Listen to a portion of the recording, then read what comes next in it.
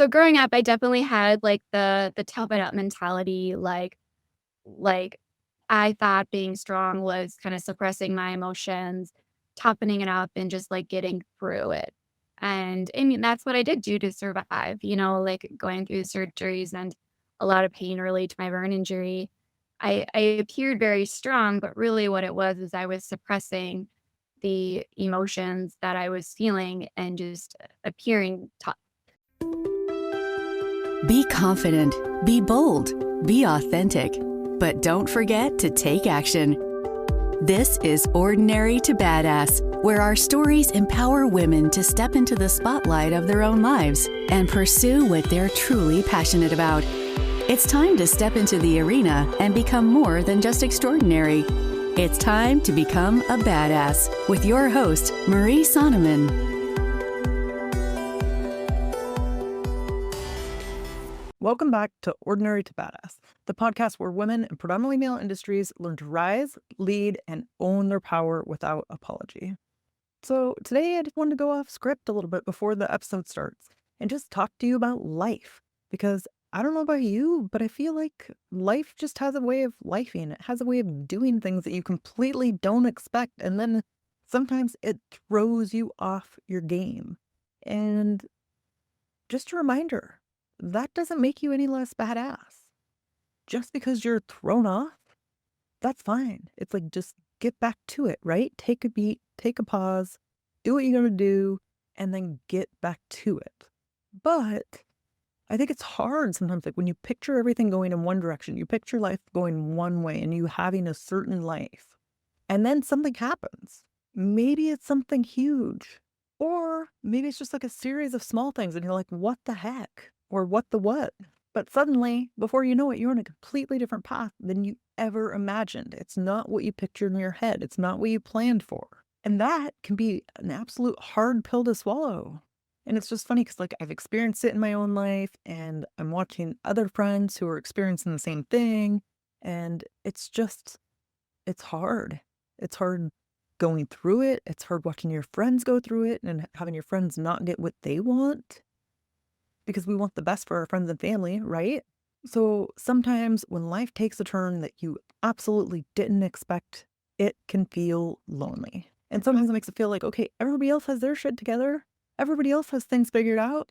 What about me? And you're sitting there like trying to make sense of it all, figure it all out.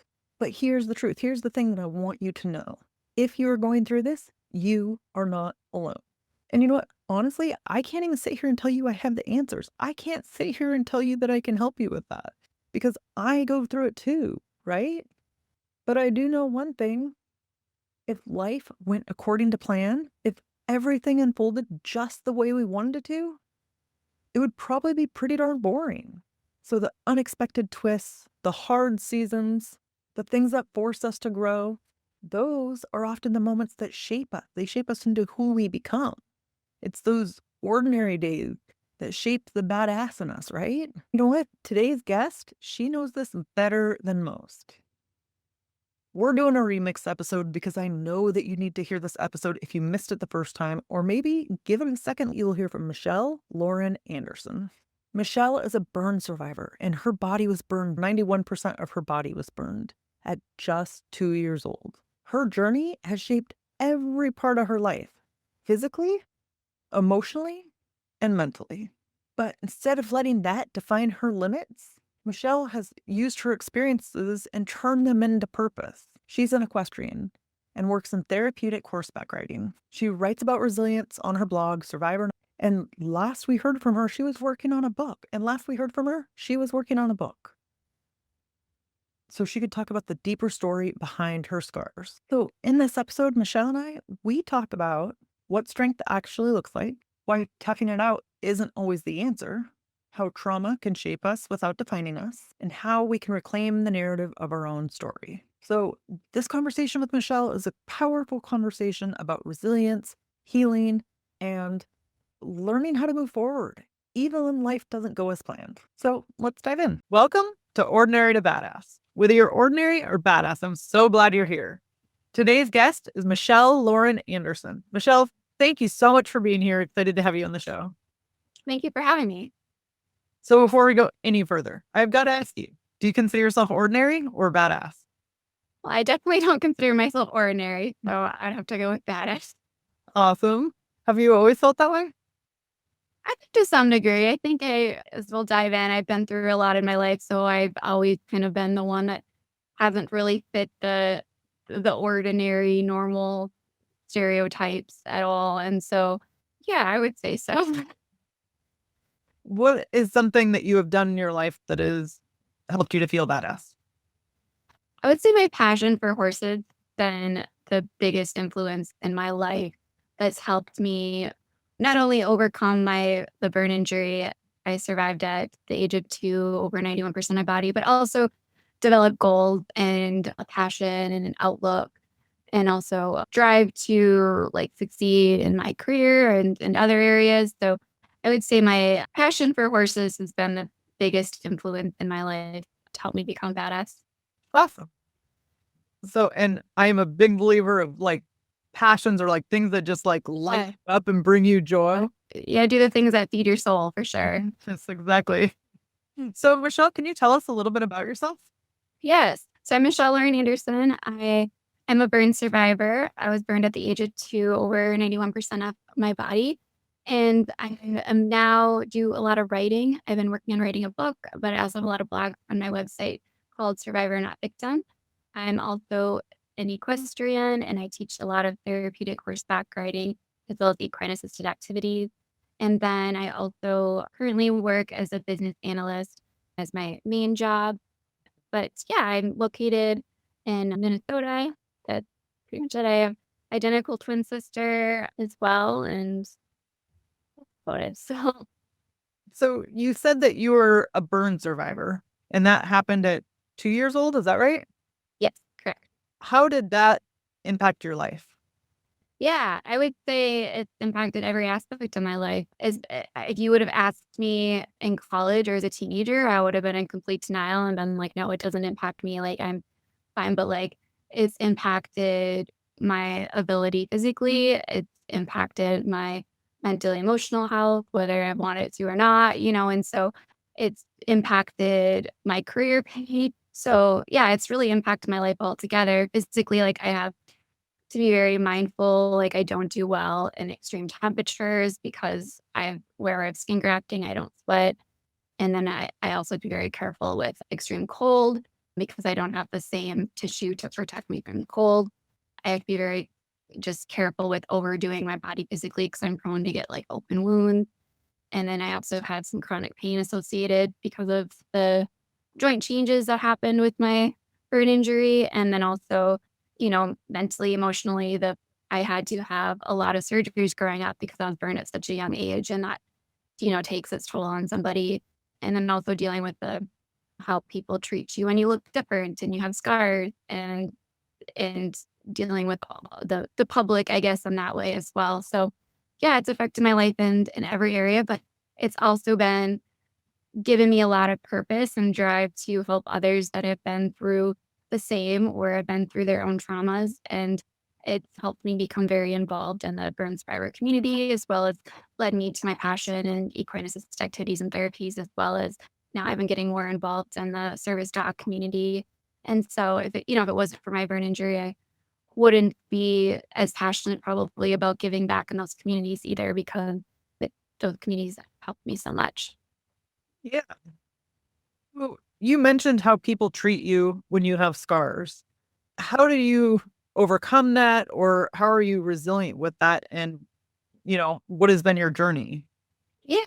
So the Phoenix Society for Burn Survivors, they're a great organization. I recommend checking them out. They teach what's called rehearse your response. And when I was younger, I kind of felt like obligated to just answer questions people did. And I didn't realize that I had the power to kind of set my own boundaries and how I share my story and what I share. Rehearse your response is a tool where, you basically practice what you're going to say and prepare for someone before they ask. So that way you're prepared and you don't, especially with an emotional thing, like just any trauma or injury. Someone asks and you may get defensive or you may not know what to say, or you may like kind of give maybe a little bit too much information for the context. So first your response is just like a 1, 2 line.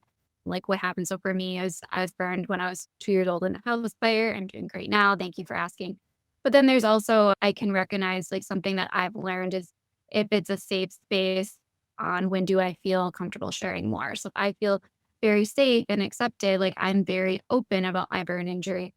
But if I can tell people are like judgmental or like very prying or this, then I can tell I kind of close off. And so that's something that I've learned over the years is recognizing, okay, when is this appropriate? Like, what is this setting? Is this in a personal relationship, professional? And then also, is this a safe space for me to go into detail about it without having people like ask more questions that I may not be ready to answer? So recognizing my own boundaries with that as well. And I recently trained my dog Eli to sorry if you can hear him chewing a bone. Fine. To be my service dog, and I ended up having to do the same thing, getting ready for like, okay, what is the public going to how are they gonna respond to that? Because people don't necessarily know how to respond to service dogs all the time. And so preparing myself to be prepared to answer the questions and what would I tell a coworker versus what would I tell a stranger at Walmart versus what would I tell one of my close friends at the barn, the horse barn I ride. So Right. that's the biggest thing that I've learned with working with people where I may not know them is figuring out, okay, when do I feel safe and what boundaries do I want to set with like how I share it and recognizing that like I don't need to share my whole story with everybody and honestly not everybody wants to hear the whole story either. And so recognizing that and knowing what boundaries I set with myself on when and how to share. Yeah, and I think that that can be helpful for all of us because a lot of times in life we have these situations and these things that happen and we don't know how to tell other people about them, or if other people ask, we don't know what to say. So it could be nice to, you could think of your own response ahead of time for the different type of people, and I think that could be helpful for some of life situations. Yeah, I think something that was really empowering too for me is learning. And I recently wrote a blog that's not published yet. I'm not sure when it will be published yet because the Phoenix Society will be publishing it. But I wrote one about reauthoring my story. And it was me as I came into adulthood, learning like what my story was versus what I was told what happened to. And also like empowering other burn survivors is, you get to control the narrative of your story and your voice in that. And I think as a childhood burn survivor, I very much like I was told what happened to me, and so I repeated that, and so as an adulthood, I got to like there was a sense of like, and this is I think partially why I become so passionate writing about like learning like what my true story is, and taking ownership of that, and and also recognizing like, okay, what do I want to share? What am I not quite, maybe this audience isn't the best to share this piece with, and recognizing that too, and so controlling the narrative of that. So, Both viewers, you heard it from Michelle. You get to control your own narrative. So just because you were told something as a child doesn't mean that you can't change that now. So I think that's powerful. yeah. How did your family shape you during all of this? Yeah, absolutely. That's a good question. My mom's been a huge influence in my life. My mom actually, she was a nurse at the time of my burn injury, but she wasn't a burn nurse. She later became a nurse on the burn unit to seek out the best care for me and like learn the most she could. And she worked on the burn unit for 12 years. And so my mom was my personal nurse basically growing up. And so that really affected me because I didn't spend nearly as much time in the hospital compared to most people that would have the people that I know that have gone through a burn injury, like I didn't have to go in for the smaller dressing changes because my mom was able to do them.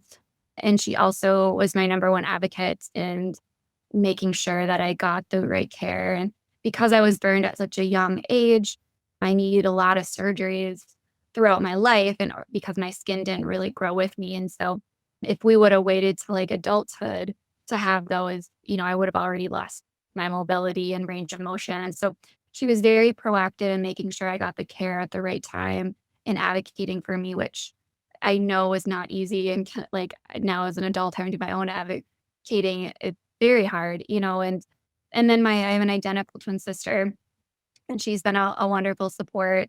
She's been by my side through it all.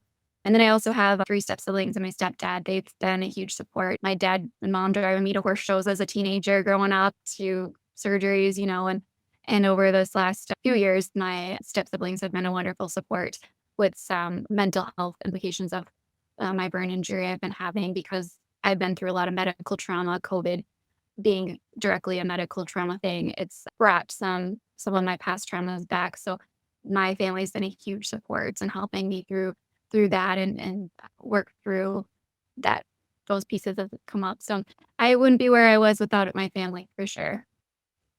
So I know this happened to you at a young age, but people don't always know how to react to trauma or when somebody else has a big trauma in their life. What has been the most supportive thing for you that your friends or family have done? Yeah, I think the biggest thing, I think it changes on different points depending on what your needs are. But I think my biggest thing, as I can say, is just being there for somebody. I think we always want to try and like fix someone or change this or give them advice or and really like I think of when I've had surgeries, just having someone there made all the difference, and even now, like, knowing that I'm not alone in this, makes a big difference. And so I think that's the biggest piece of like supporting someone through trauma is they sometimes be in their head like, oh, I want to like fix this or help them through this. But like really just knowing that they're not alone in it and being there for them, and that may look different for everyone, but recognizing that what they need may not be like what you want to give right away. Like you may want to give them all this advice and all this, but they may not be in the position where they're ready for that or they can do that. Maybe what they need is a friend just to talk to, or maybe they need someone to help mow their lawn. Like, and so recognizing what that support is, like I know when often I had surgeries, a lot of people were there like when I would have a surgery, but I was too sick and overwhelmed with the surgery to even recognize it. But then like 2 weeks later, when I was feeling a little bit better, that's when I really needed the support and people weren't really there because they forgot about it. And so, and that's just the way life is. But I think recognizing that supports long term. It's not like a one-time thing, and then making yourself available and actually following through with it. Because a lot of people will make themselves available and then they'll be like, "Nope, not actually here." Yeah. But I think the biggest thing is just being there and listening and not trying to like, fix or push. I know I used to feel like as a teenager and when I was a young adult, like I felt like nobody understood me because of everything I went through, and I came to a realization that like, okay, people aren't gonna understand because they haven't been through what I've been through, and that's okay. And really what I was searching for is not understanding or perceived understanding. It was really just acceptance for who I am and was. And so I think accepting someone for they are, even if you don't understand, and not saying I understand if you don't understand because you don't understand, you're not helping, there's no way I can understand, someone's exact experience through their unique trauma either.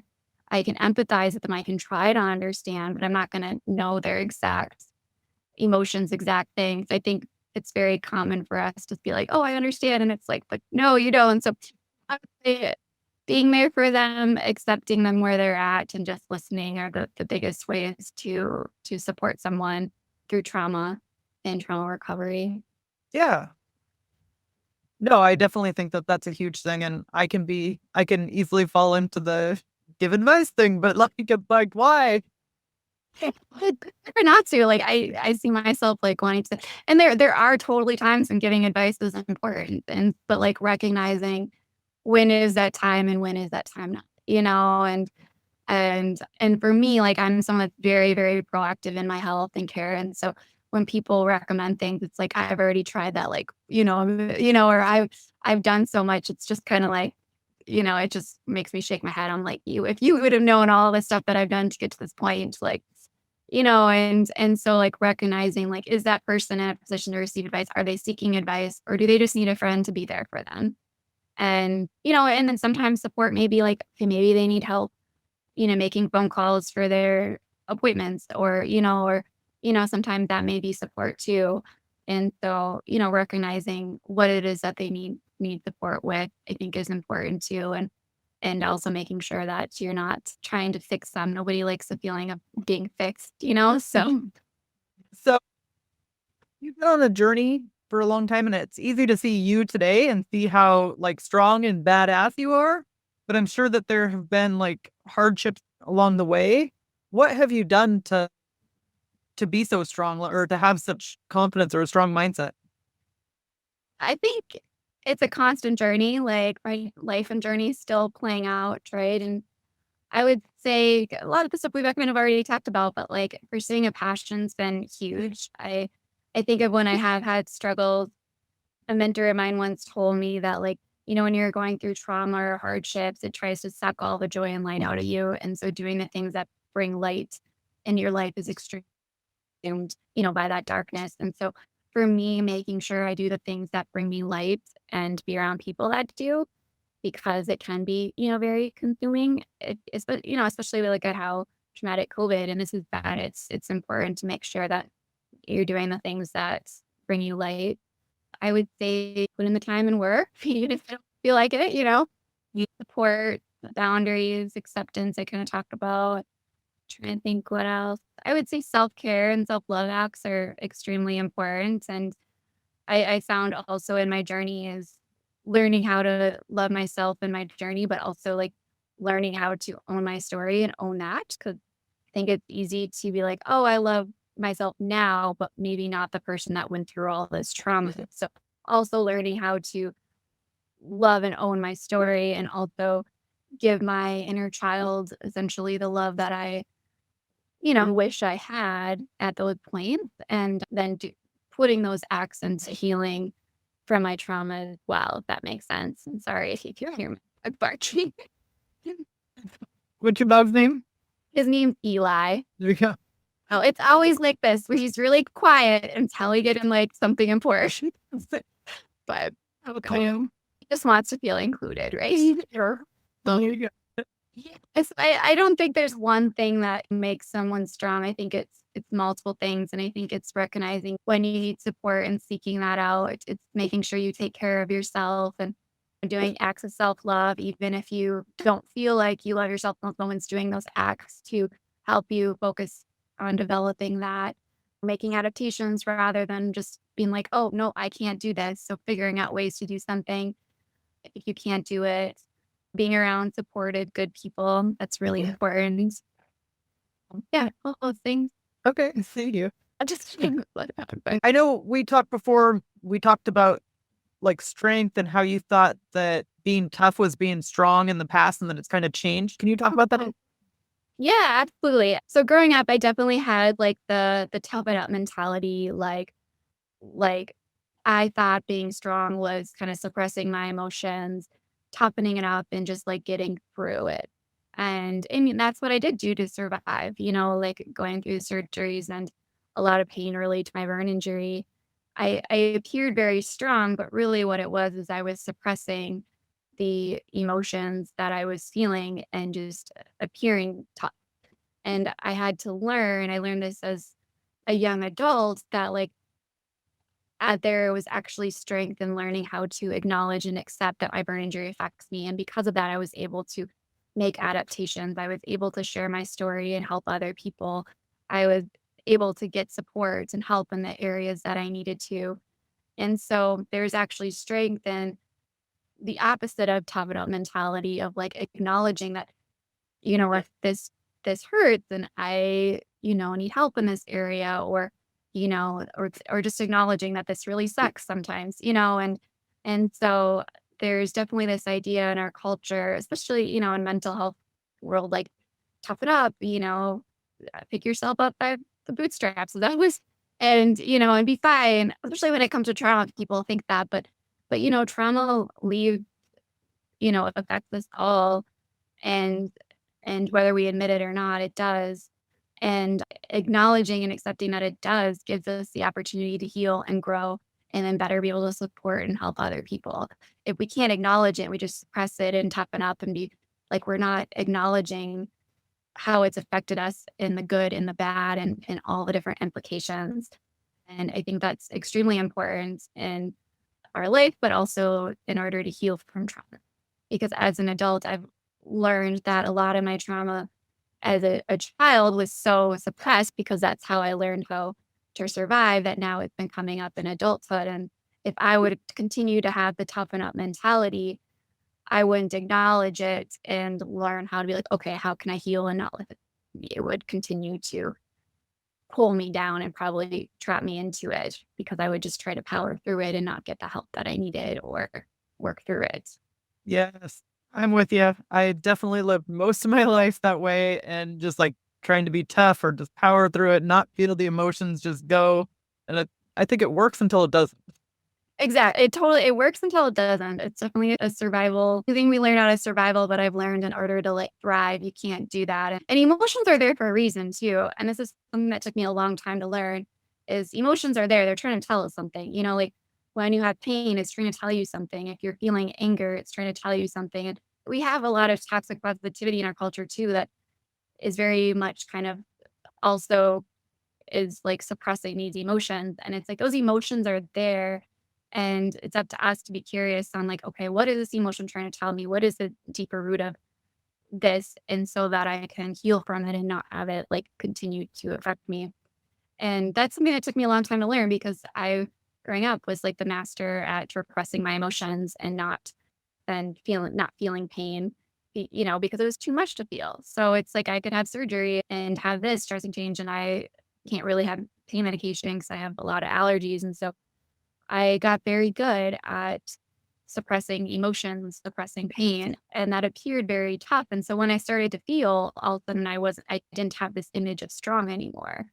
And according to, our society. And so I had to learn like how do I like allow myself to feel and heal and not suppress it. So it like and it was definitely took a learning curve, but I remember kind of going through that journey of people having kind of the toxic mentality, like the toxic positivity mentality and the toughen up. And I was having a lot of anger about a surgery that I had.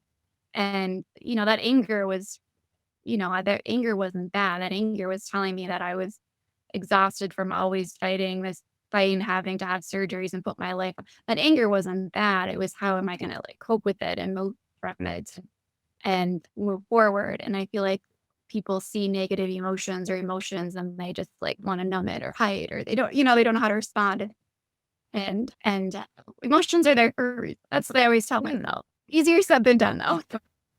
But especially women, like it's so hard for women to show their anger or their emotions without feeling like they're going to be judged, or we just learn like, oh, be a good girl, so it's hard to get used to being able to show your emotion. Yeah, absolutely. And for men too, like, I know they're becoming more mental health advocates out there that talking about men can show emotions, but men are very much encouraged to have the toughen up mentality. And that's why people don't open up about depression or their struggles is because they have this, oh, we gotta appear tough and be fine. And then they do, and then someone like kind of shuts them out because of it. And so I'm all like can be a very deep person. So I'm all for like, let's be honest, let's talk about this stuff. And help each other and support each other. And people don't always want to do that. They don't want to have those hard conversations. They don't want to, acknowledge that. And I think I know it's been a very important part of, healing from trauma. And also I think living our best life and thriving is being able to, acknowledge our emotions and stuff. So Yeah, I think that's huge.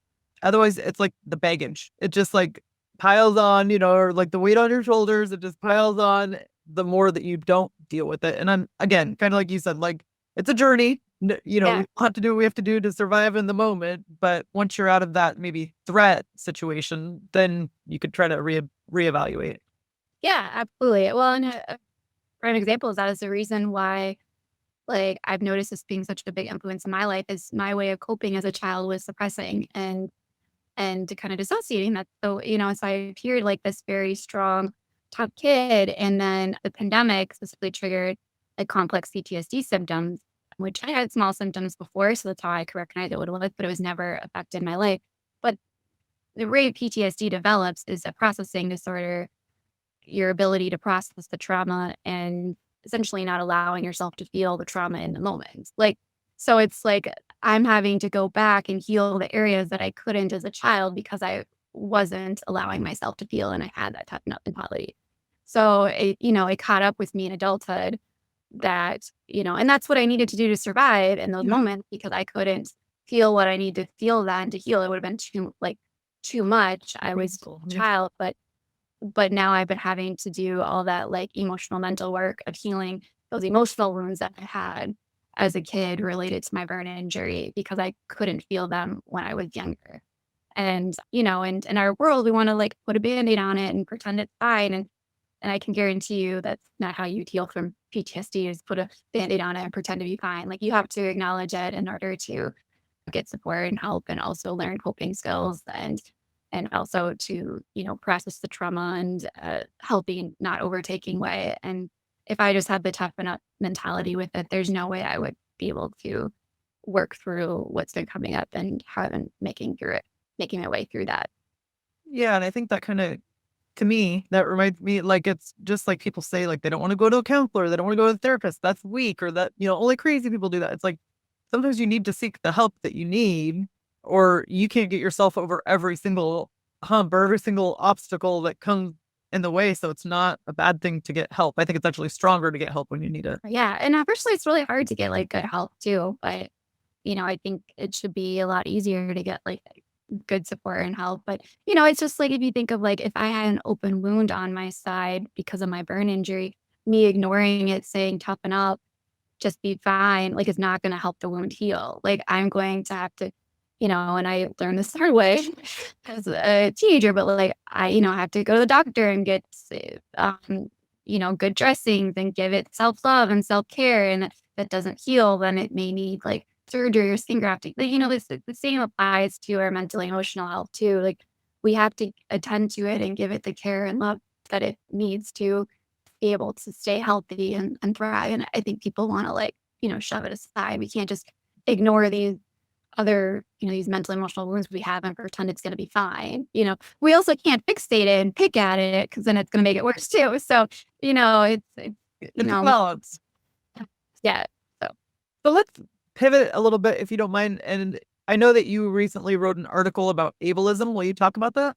yeah. So, this blog was inspired by like me kind of reflecting on my experience as a burn survivor, noticing how I was treated differently than other people, and also working in the therapeutic horseback riding. I worked with a lot of people with different disabilities, and just seeing how the volunteers that would come in would respond to the people with different disabilities, and kind of talk, you know, about them or, in the way they viewed them and stuff too. And so it just made it very apparent that there's still we've come a long ways as a culture, but there's still a very evident difference in how people treat people with differences. And also like now having a service dog going places with him, like I don't appear very physically disabled. And so I've had multiple people ask me like, oh, who are you training him for? And so also like recognizing how it's affected my life in that way. And, I have visibles, but I also have invisible pieces too. And so recognizing that how does it affect someone if their disability is visible and also when it's invisible? And so the blog starts kind of, I have two different blogs, but the one starts with me kind of reflecting when I was first in college and trying to figure out like, what did I want to do for a career? And realizing that there are certain things I couldn't do because of my burn injury. Like, there's no way I could work with horses full time as I wanted to because I don't handle extreme temperatures. And there is no way I could do like a lot of like certain physical labor. And now I have some chronic pain in my hands. So I have to be very careful and have a lot of computer adaptations. And so coming to terms with like when I've looked at like jobs and career paths, it's like, okay, how am I going to get these resources I need to be able to do my job? It's not a matter of like I can't do my job. It's like I need to be able to have, a adaptive mouse and keyboard in order to be able to do my job. And people don't really understand that still unless if they've experienced it themselves. And, we have the policies in place to make it happen to get those things, but like people don't really understand once they've experienced it that it should be a necessity in order to have, someone in a wheelchair and not be able to have basic accessibility, that it's not, fair for them.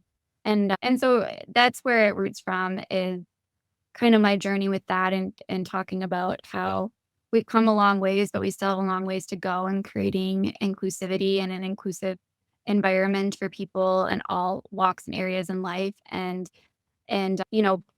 being willing to make those adaptations and see them, but also not let them define that, like not hold it against or define that person. Cause there's been times where I acknowledge that like, oh, I need this, adaptive mouse or like, oh, I'm gonna use my voice to text. My hands are kind of bothering me today.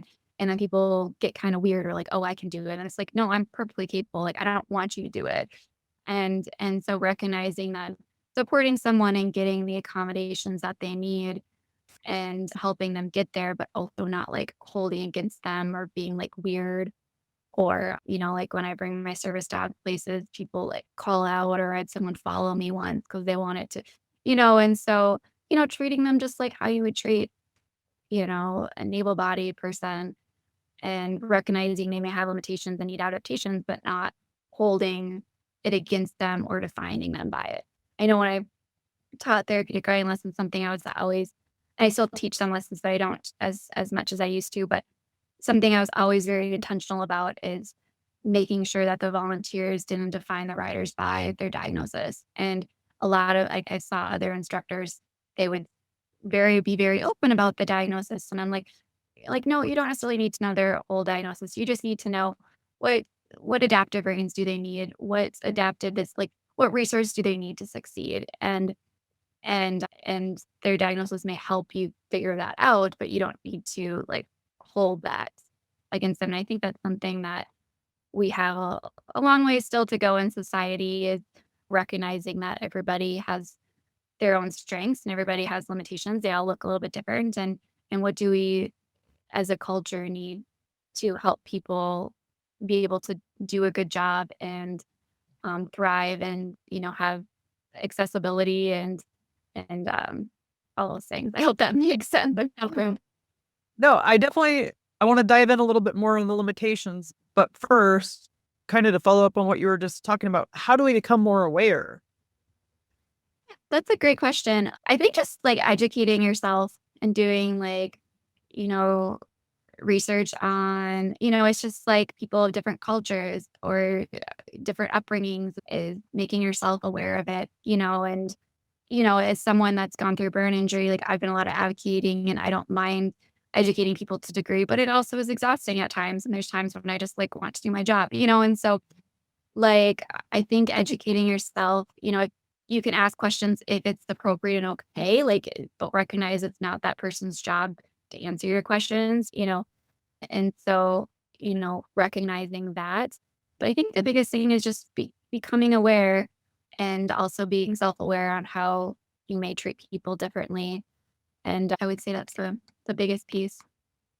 And how do you overcome your limitations?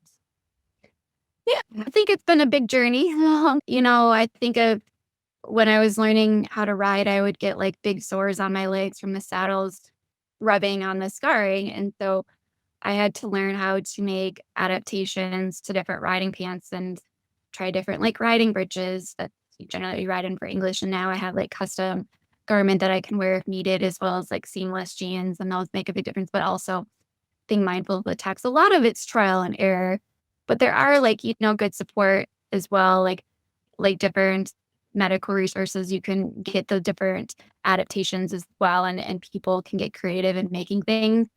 I think it's, just getting creative and figuring out like my grandma was always a very good at creating things and like imagining things to make adaptations when I was really young.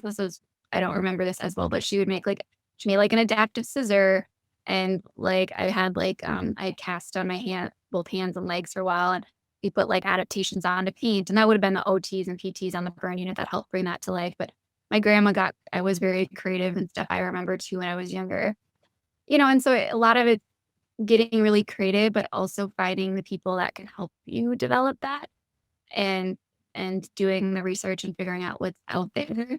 Yeah, and unfortunately, I don't have like a clear cut answer. This is how you find it. It's a lot of trial and error to figure out what works for you because everybody's different. Everybody has their own, you know, unique limitations and figuring out what works for you is different. Like for me with my computer adaptations too is a lot of like trial and error. Okay, what does this, and stuff too. And so yeah, I would say it's and like finding people that can mentor you and know a little bit more than you do. And with online nowadays, you can Google anything and find stuff too and get involved in different communities and reach out there. It's a great way too. Yes. I'm such a believer in finding mentors, finding people that have been through what you've been through or where you want to be and like start absorbing their information.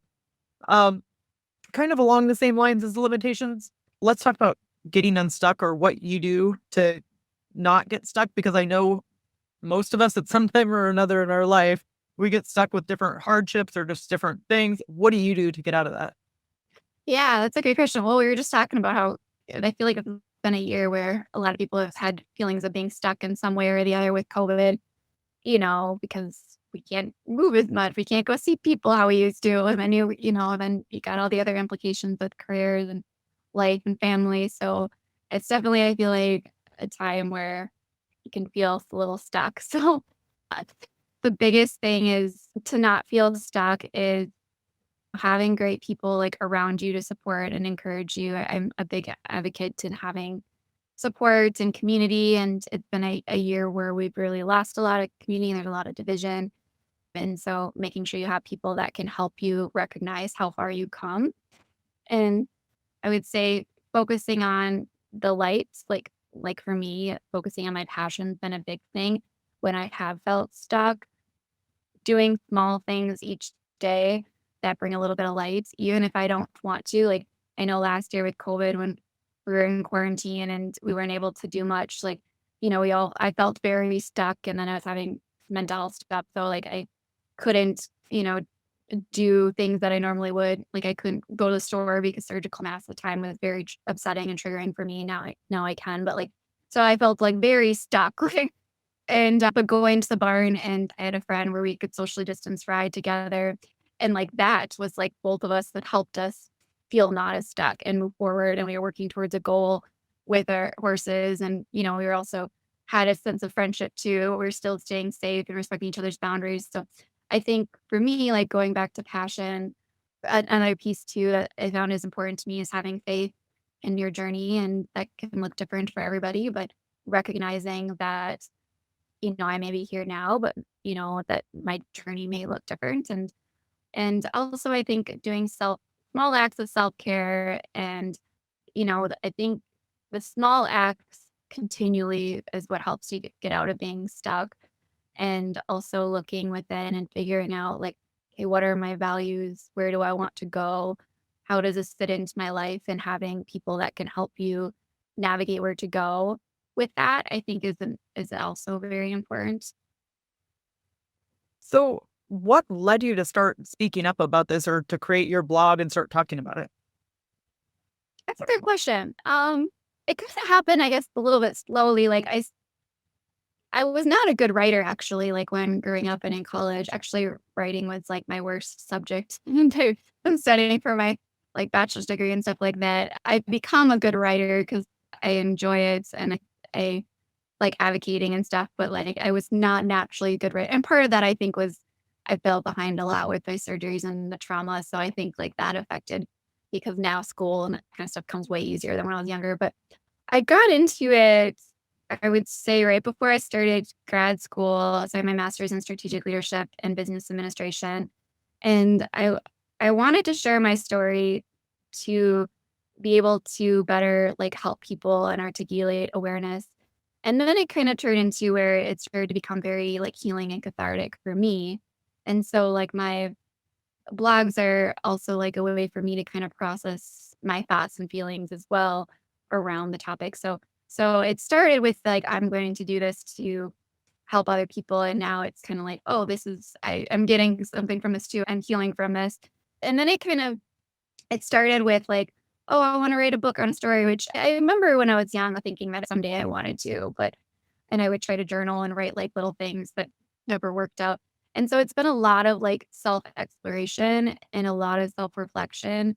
And it's been very healing for me to figure out like what is my story because I was so young. Like my story is not the day I was burned and that what happened. But that's what people want to hear. That's what people ask and that's what they think about. But that's not my story. My story is everything that happened after and how it's implicated my life and what I've done since then. And so I think that's been a huge influencer in my writing is that I found when I started writing is everybody wanted to put me in this box like this is your story. And I'm like, no, this isn't. This is. And so like being like, no, this is my story. And I it's love it.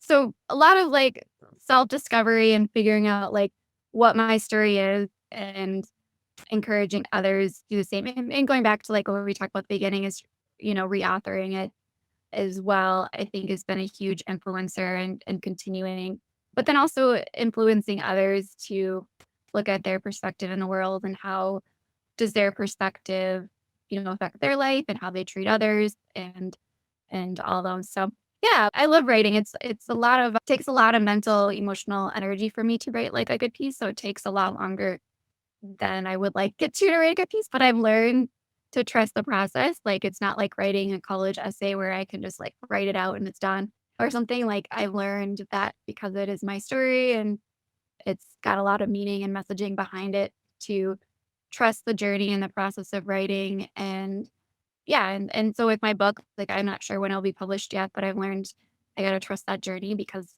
if I would have tried to publish it 3 years ago, I can guarantee you it would not be the same book now the book is now because it's still I can recognize it's still being written in my life, and so, yeah, so I guess long answer to your question is it started with the effort to share my story to help others, and it's turned into this is very cathartic and healing for me, and also a way that I can spread awareness and help others also understand. I felt very not understood as a young kid and child, and so I think it's also this is my way of like sharing my story in a way to say this is what my story is and kind of at least feel like I understand myself and try to help others gain understanding. So Sounds like you're reclaiming your story. I like it. exactly. Yes, yes, that's what it is. So tell us, when is your book coming out, and what is it going to be about? My book's called Survivor Not Victim: Stories Behind My Scars and the Path to Thriving. I don't know when it's gonna come out yet. It'll probably be another year or 2. I have the manuscript pretty much, like, done, 'cause I have over almost 300 pages depending on the formatting. So, the chapter outlining and all that is pretty much done. It's just going through and doing, like, higher level edit. But like I said, I've learned because it is my story and very personal, I can't, like, rush the process because I found there's things that are still being written in my life, so I can't really write about them yet. So I don't wanna put a date on it, but it should be, I would think in a year or 2. So I'm on my website to stay updated, but I try to post blogs pretty regularly, and so those are all on my website, survivornotVictim.com too. Okay, awesome. So let's end with a tip to encourage women who are in the arena fighting for the life that they want. Yeah, that's a good question. I would say don't give up. Don't be afraid to give it time. I know I've really wanted to rush the life process and I want things to be done now and be where I want to be now. And that's not how life works. And so recognize that you may be on the right path and the right journey and getting there. You're just not quite there yet. And so, you know, just give it some more time. You'll get there and don't feel like you have to force things to happen on your timeline because that's not how life works. I think COVID is a prime example of that. So I think that's something I keep having to remind myself is I don't need to force things to happen. I can't force like a wound to heal. I can't force, this to happen or that, and so trusting the process and not being afraid to give it time, but continue, to put in the work and effort and all that comes with it. So good. And how can we connect with you? Yeah, I would say my website, I do have, like, a Facebook page, M. Lauren, ML, survivornotVictim.com, and I also have that or that's not .com, but that's the Facebook ML, Survivor Not Victim would be what it's called, and then I also have that same TikTok, so that would be the best way to connect with me on my public pages there. Okay, awesome. Thank you so much, Michelle. You've been a total badass and I've enjoyed hearing your story. Yeah, thanks for having me. And with that, we'll end our show. To all the badass women out there staying in the arena, wherever you are, whatever you're doing, own it and get after it.